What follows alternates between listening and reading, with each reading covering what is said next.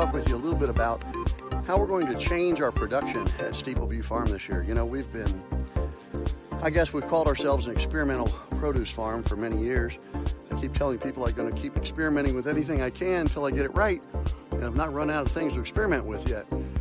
But as I walk through what will be our garden this year, and I begin looking at the soil and the patches, we were fortunate enough last year to plant a little cover crop. The green you see behind me is winter wheat. We're going to change our methods. We've been using some pretty traditional methods, using a tractor to plow and to disc, and then to use a box tiller behind the tractor to work the soil. And all of that's been, you know, a really good process. But this year we're going to try to do permanent beds. We've purchased a bunch of compost from the great lady in Versailles, and we have more of our own that we've made. But as I walk through the garden this year and I look over all these beds, you know, I really think that making permanent beds, like behind me here, might be the way to go. Instead of being in a position where we're constantly working the soil, we want to start building our soil up and making it better every year.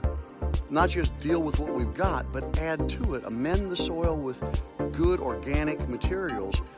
And then each of the beds that we create, what we plan to do is lay them out, and every year they will remain a bed, the same bed. We've chosen 30-inch beds. We're going to use 15 to 19-inch walkways.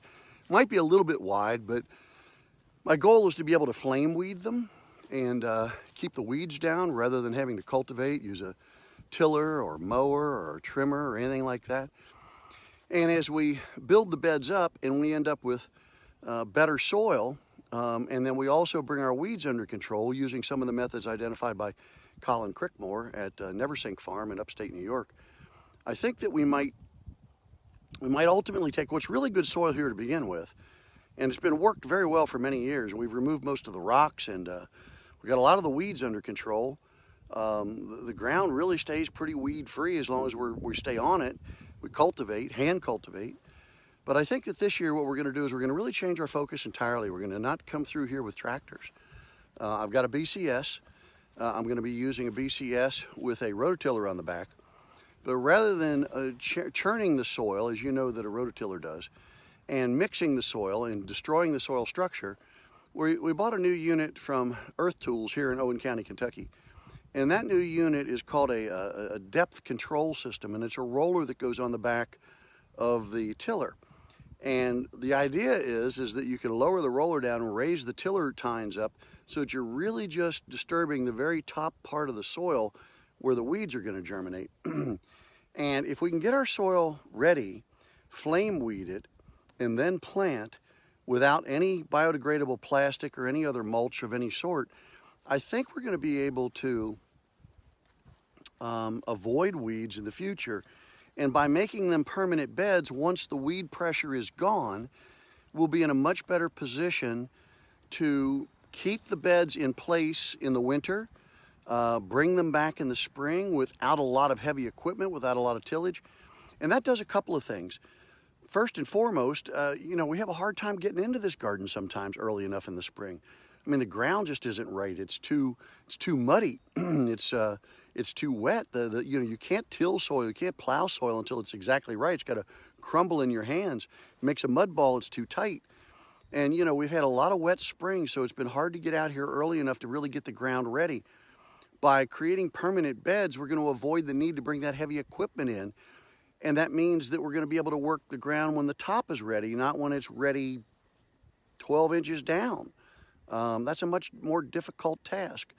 In addition to that, by eliminating the heavy equipment, we're going to eliminate some compaction.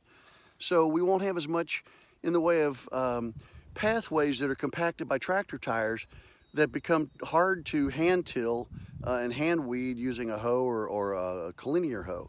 So, you know, we're going to be able to change the soil structure, and once we control the weeds that are already in the soil, the seeds that are already there through flame weeding and hand cultivating, I mean, my goal is that by the end of the year, I'm going to have the weeds under control. I'm not going to have to worry about them.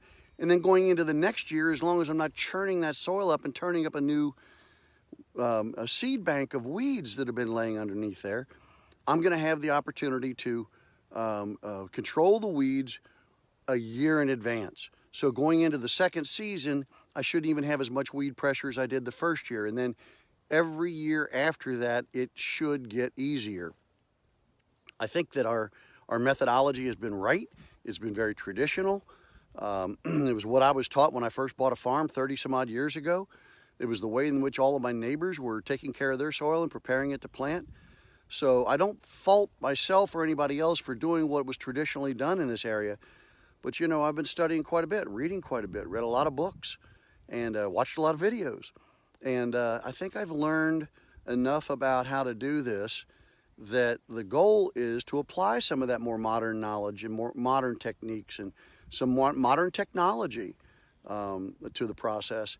So stay with us. I hope you'll be here through this transition period. We'll report to you all season long on how it's going. Right now, as you can tell, the ground is far too wet. We couldn't get on it now with a BCS or anything. It's very muddy. We've had a very rainy period for the last month or so. And March and April are likely to be wet again.